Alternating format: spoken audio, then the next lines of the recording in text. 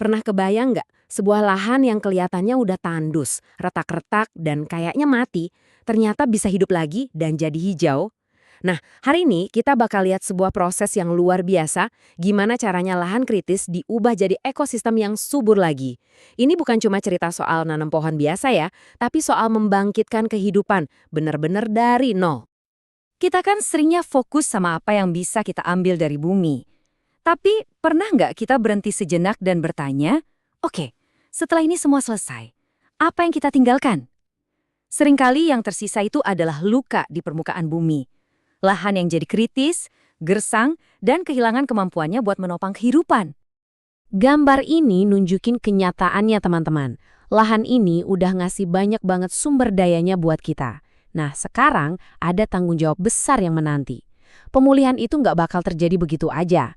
Lahan ini butuh bantuan kita, butuh sentuhan yang cerdas dan terencana biar proses penyembuhannya bisa dimulai. Solusinya ada di satu kata yang keren banget, revegetasi. Tapi jangan bayangin ini sekedar nanam pohon sembarangan ya.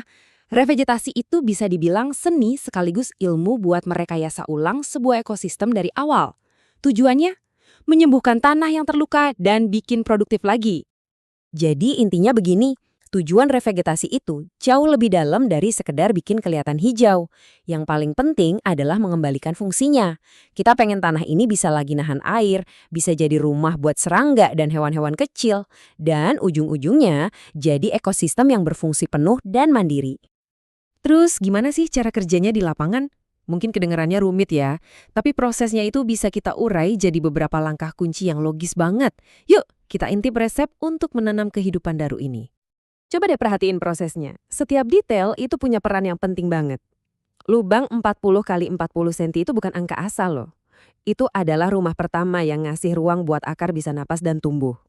Kompos, wah itu bekal makanan pertamanya, penting banget buat bibit di tanah yang miskin nutrisi. Dan ajer itu kayak mentor buat pohon muda, yang mastiin dia tumbuh lurus ke atas ngejar matahari. Benar-benar perawatan intensif di awal kehidupannya. Oke, pohonnya udah ditanam, berarti misinya selesai dong. Nah, tunggu dulu. Justru disinilah banyak proyek penghijauan itu gagal. Nanam pohon itu baru satu kepingan puzzle. Ada satu elemen kunci lagi yang sering banget dilupain, padahal perannya vital banget. Kenalin nih, pahlawan tanpa tanda jasa dalam revegetasi. Tanaman penutup. Bayangin deh, mereka ini kayak kulit baru buat tanah yang lagi luka. Mereka jadi garda terdepan melawan erosi, nahan setiap tetes air hujan yang berharga, dan bahkan bisa menyuburkan tanah secara alami waktu mereka mati. Plus, mereka juga jadi sekutu pohon-pohon muda dengan cara menghalangi tumbuhnya gulma yang rakus. Dan nanamnya pun gak asal sebar loh, ada strateginya. Kalau di lahan datar, polanya bisa kayak gini. Tapi kalau di lahan miring, kita bikin jalur-jalur khusus. Tujuannya apa? Buat nangkap air dan tanah, biar nggak langsung longsor ke bawah. Ini contoh nyata kalau revegetasi itu adalah solusi yang adaptif dan pintar. Tentu aja, mengubah lahan gersang jadi hutan itu nggak gampang. Ada banyak banget tantangan di lapangan. Bukan cuma soal teknis, tapi juga soal keselamatan orang yang kerja di sana dan komitmen jangka panjang. Ini tuh lari maraton, bukan lari sprint. Proyek yang modelnya tanam lalu lupakan, udah pasti bakal gagal. Dan kita juga harus banget menghargai para pejuang di garis depan ini. Mereka kerja di kondisi yang sangat menantang. Tanah yang gak stabil, lereng yang curam, sampai cuaca yang gak bisa ditebak. Makanya, keselamatan itu nomor satu.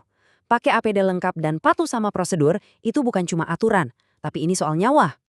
Setelah ditanam, justru pekerjaan yang sebenarnya baru dimulai. Bibit-bibit ini tuh kayak bayi yang butuh perawatan intensif. Mereka butuh disiram, dikasih nutrisi tambahan, dan dilindungi dari pengganggu kayak gulma. Nah, pemantauan rutin inilah yang jadi kunci buat mastiin semua usaha dan tenaga kita ini benar-benar tumbuh jadi hutan di masa depan. Jadi, setelah semua kerja keras ini, hasilnya apa sih? Apa tujuan besar di balik ini semua? Jawabannya itu jauh lebih dari sekedar menciptakan pemandangan yang hijau. Ini soal membangun kembali fondasi untuk masa depan kita semua. Nah, kutipan ini ngerangkum semuanya. Aman artinya masyarakat sekitar terlindung dari longsor. Stabil artinya tanahnya nggak gampang erosi lagi. Produktif artinya lahan itu bisa menopang kehidupan, entah buat pertanian atau mungkin ekowisata. Dan yang paling penting, ekosistem yang berfungsi. Itulah warisan sejati yang mau kita tinggalkan. Kisah revegetasi ini adalah bukti nyata kalau kerusakan lingkungan itu nggak harus jadi akhir dari cerita. Pemulihan itu sangat mungkin, harapan itu ada. Pertanyaan terakhir ini bukan cuma buat para ahli, tapi buat kita semua. Setelah tahu semua ini, apa ya satu langkah kecil yang bisa kita ambil hari ini buat bantu bumi kita bernafas lebih lega? Terima kasih sudah menyimak.